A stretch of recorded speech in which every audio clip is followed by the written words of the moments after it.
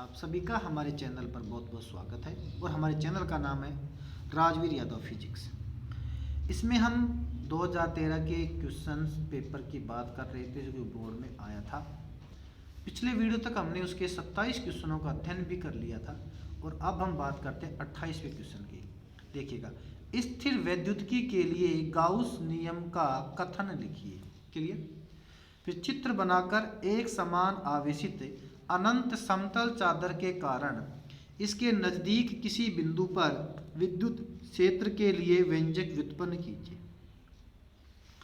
दिए गए चित्र में पृष्ठ से निर्गत विद्युत फ्लक्स का मान लिखिए। और ये सवाल आया है 1 + आधा + 2 + आधा बराबर 4 नंबर का है। और साथ में डायग्राम बना रखा है कि Q1 का मान तो है 2 माइक्रोकूलम और Q2 का मान है -1 माइक्रोकूलम। और इसका सॉल्यूशन ये हमसे पूछना चाह रहा है।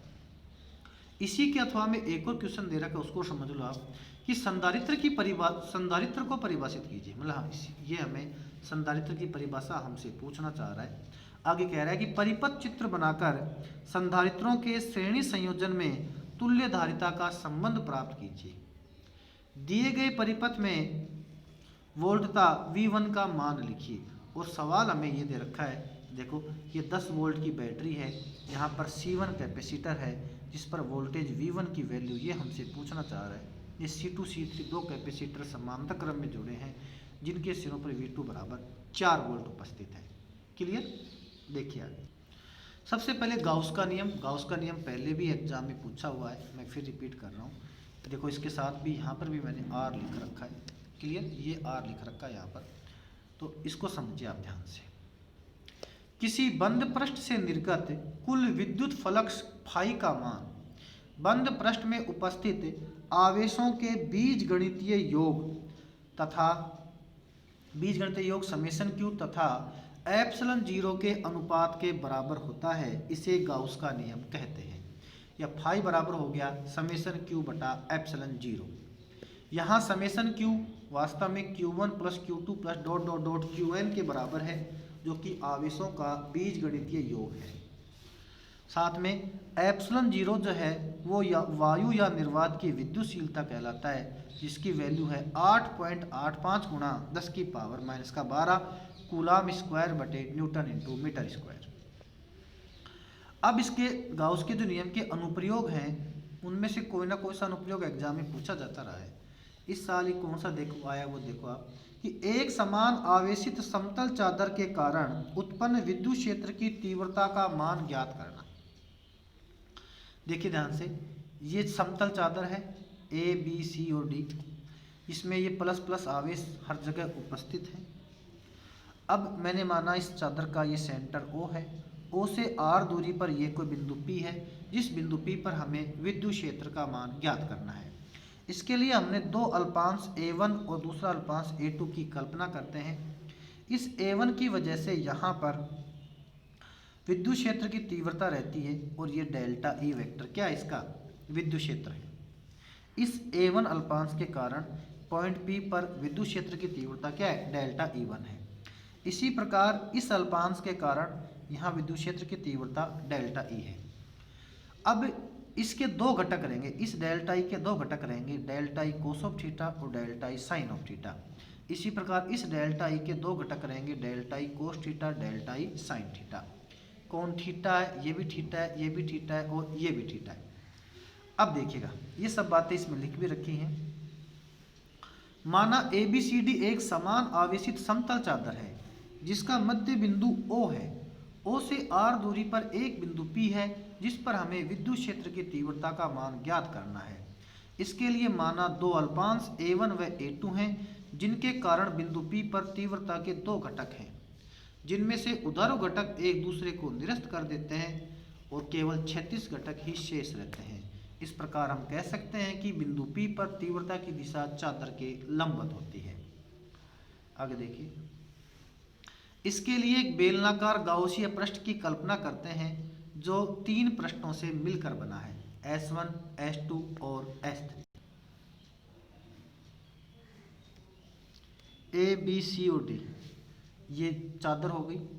इस चादर के वजह से यहाँ पर इधर मतलब कि इधर जो है ये बिंदु P मैंने मान लिया यहाँ पर है, अर्थात इसलिए मैंने एक बेलन की कल्पना कर ली है। ये बेलन है, इस बेलन का प्रथम पृष्ठ S1 है, ये बेलन का वक्र पृष्ठ S2 है और ये बेलन का अलग तीसरा पृष्ठ S3 है। तो देखो इसके क्षेत्रफल की दिशा ऊपर रहेगी dA वेक्टर, इसके क्षेत्रफल की दिशा इधर रहेगी dA वेक्टर और इसके क्षेत्रफल की दिशा इधर रहेगी dA वेक्टर। अब इसके जो E वेक्टर है, विद्युत क्षेत्र की जो तीव्रता है, इसका तो इधर की इधर रहेगी, इस वाले की इधर रहेगी और इस S2 पर भी E वेक्टर ये की ये ही रहेगी, क्योंकि आपको मैंने बताया था कि E वेक्टर की जो दिशा है वो इस चादर के पृष्ठ के लंबवत होती है। इस वजह से देखिए आप, ये चादर का जो पृष्ठ आपको दिख रहा है इसके लंबवत ही E वेक्टर ये है, इसके लंबवत ही E वेक्टर ये है और इसके लंबवत ही E वेक्टर ये है।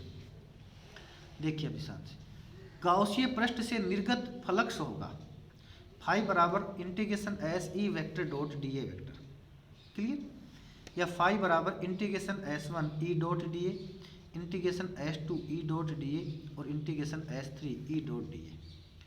S1 की बात करें तो थीटा का मान क्या रहेगा 0, कोस 0 का मान क्या रहेगा 1, क्योंकि S1 पृष्ठ के लिए आप देख सकते हो यहाँ पर S1 पृष्ठ के लिए ई और डी एक ही साइड में है तो थीटा क्या रहेगा 0।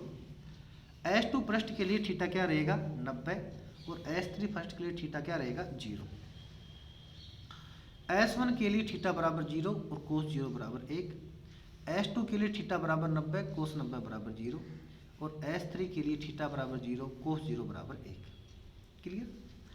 फाई बराबर क्या होता है, देखो फाई बराबर होता है S1 EDA और ये क्या हो गया 0 और ये हो गया S3 EDA, या फिर फाई बराबर ES1 DA ES3 DA, या S1 DA का मतलब क्या हो गया बेटा कि DA का समाकलन, और DA का समाकलन वास्तव में A होता है, यहाँ भी DA का समाकलन वास्तव में A होता है, इसलिए लिख दिया फाई बराबर EA प्लस EA या फिर फाई बराबर 2EA, समीकरण नंबर फर्स्ट। गाउस के नियम से फाई बराबर Q अपॉन एप्सिलॉन 0 होता है।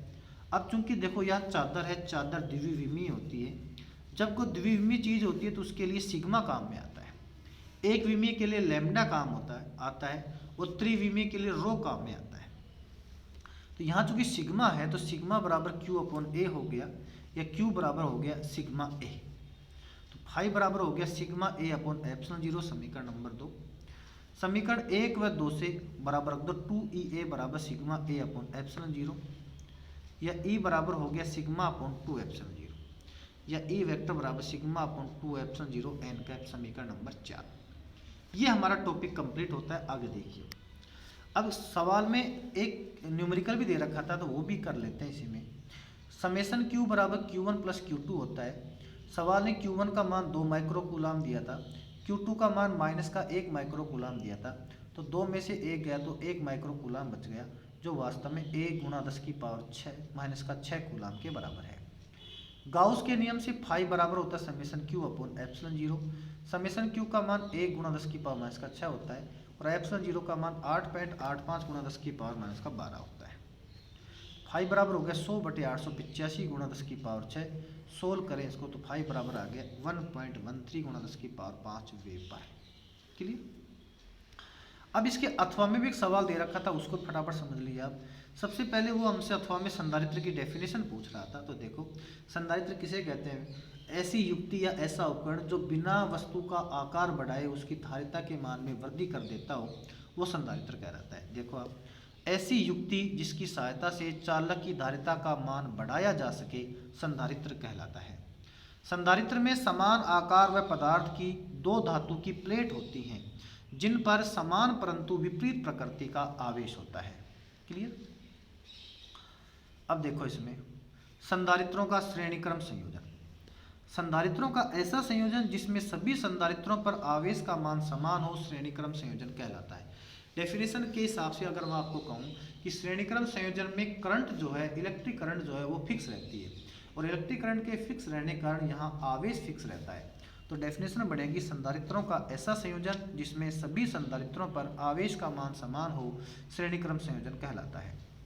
देखो ए, बी और सी 3 कैपेसिटर है जिनकी संधारित्र की धारिता C1, C2 और C3 है, और इन पर विभवांतर V1, V2 और V3 है। चूंकि ये श्रेणी क्रम है इसलिए आवेश समान रहेगा, क्यू क्यू और क्यू रहेगा। इन तीनों को यहाँ एक बैटरी से जोड़ा गया है, ये बैटरी बी है और कुंजी के है। देखो आप, माना 3 संधारित्र ए बी तथा सी हैं जिसकी धारिता क्रम से C1 C2 तथा C3 है, जिन पर विभव क्रम से V1 V2 तथा V3 है, तब कुल विभव V बराबर V1 plus V2 plus V3 के हिसाब से C बराबर Q अपॉन V रट रखा होगा आपने पहले, V बराबर Q अपॉन C। इसके आधार से इस लाइन को लिख सकता हूँ मैं Q अपॉन C बराबर Q upon C1 Q upon C2 Q upon C3।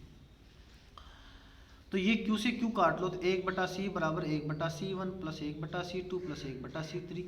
और यदि स्मॉल n संधारित्र जुड़े हुए हों तो 1/C बराबर 1/C1 प्लस 1/C2 और 1/Cn। क्लियर? ये हो गया इसका श्रेणी क्रम संयोजन। अब एक न्यूमेरिकल दे रखा था इसमें हमें, वो न्यूमेरिकल को और देख लीजिए आप कि ये कैपेसिटर C1 है, ये कैपेसिटर C2 है और ये कैपेसिटर C3 है। इस पर विभवांतर V1 का मान ये हमसे पूछना चाह रहा था। यहाँ पर विभवांतर 4 वोल्ट है और ये 10 वोल्ट की बैटरी है। तो सीधा से हिसाब मैं आपको बताऊं कि देखो समांतर क्रम में तो विभवांतर इक्वल होता है, तो अगर इस पर 4 है तो इस पर दोनों पर 4 ही रहेगा। क्लियर? इन दोनों पर मिला कितना वोल्ट रहेगा? 4 वोल्ट रहेगा। श्रेणी क्रम में बट जाता है तो अगर यहाँ 4 है तो यहाँ कितना रहेगा? 6, क्योंकि टोटल कितना है? 10। इसलिए V1 का मान उत्तर आएगा 6 वोल्ट। ये बात यहाँ लिख भी रखी है मैंने। C2 व C3 समांतर क्रम में जुड़े हैं जिन पर विभव का मान समान व 4 वोल्ट होगा, दे रखा है मैं। 10 वोल्ट की बैटरी का विभव C1 का विभव संधारित्र C1 तथा C2 व C3 पर उपस्थित होगा, इसलिए C1 पर विभव हो गया 10 माइनस का 4 बराबर 6 वोल्ट। इस प्रकार से हमारा क्वेश्चन कंप्लीट होता है। अगले वीडियो में हम 29 क्वेश्चन की बात करेंगे। अगर अभी तक आपने हमारे चैनल को सब्सक्राइब नहीं किया तो प्लीज़ इसे सब्सक्राइब कर लीजिए। बिना आपको थ्योरी पढ़े हुए पेपर समझ में नहीं आएंगे, इसलिए आप पहले थ्योरी को अच्छे से क्लियर करें, उसके बाद ही आप यहाँ तक पहुँचें। धन्यवाद।